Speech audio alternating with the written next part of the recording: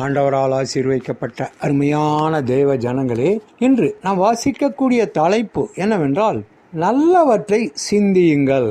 உண்மையுள்ளவைகள் எவைகளோ, ஒழுக்கமுள்ளவைகள் எவைகளோ, புண்ணியம் எதுவோ, புகழ் எதுவோ அவைகளையே சிந்தித்து கொண்டிருங்கள். பிலிப்பியர் 4வது அதிகாரம் 8வது வசனம்.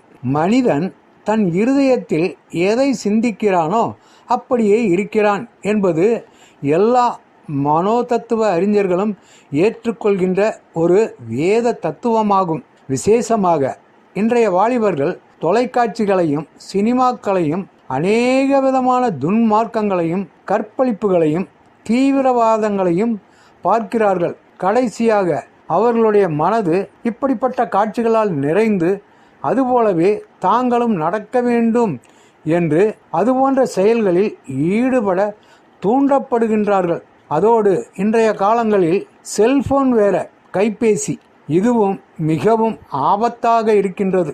பலரை ஒரே இரவில் கொன்ற ஒரு மனிதனிடம் ஏன் இப்படி செய்தாய் என்று கேட்டபோது, நான் ஒரு சினிமாவில் இப்படிப்பட்ட நிகழ்ச்சிகளை பார்த்தேன், அதையே செய்ய வேண்டும் என்று விரும்பினேன் என்று பதில் கூறினான். இந்த நிலை மாற வேண்டுமானால் அதற்கு சிறந்த ஒரே வழி பவுலின் ஆலோசனையை கேட்பதே ஆகும். ஒவ்வொரு நாளும் காலையில் எழுந்தவுடன், தேவனே, இந்த நாளில் நான் உம் சித்தப்படியே எல்லாவற்றையும் சிந்திக்கவும் பேசவும் செய்யவும் பலன்தாரும்.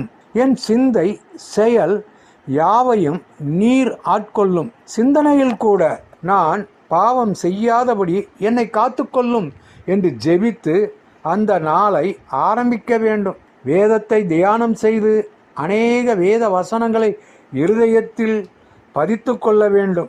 நான் உமக்கு விரோதமாக பாவம் செய்யாதபடிக்கு உம்முடைய வார்த்தைகளை என் இருதயத்தில் வைத்தேன் என்று சங்கீதக்காரன் சொல்லுகிறான்.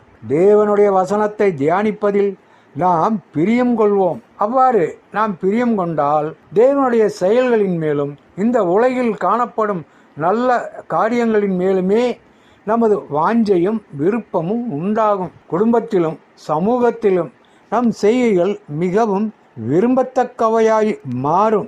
நம் செயல்கள் நம்மை மற்றவர்களிடமிருந்து வேறுபடுத்தி காட்டும். நம்மில் காணப்படும் மாற்றங்கள் பிறரின் கவனத்தை நம்பால் ஈர்க்கும்.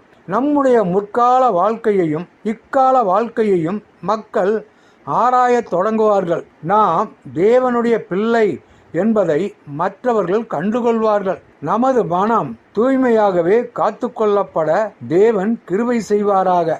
இன்று முழுவதும் நல்லவைகளையே சிந்தித்து கொண்டிருங்கள். பிறர் நம்மில் இயேசுவை காணட்டும். ஆண்டவர் தாமே நம் அனைவரையும் ஆசீர்வதிப்பாராக. ஆமேன்.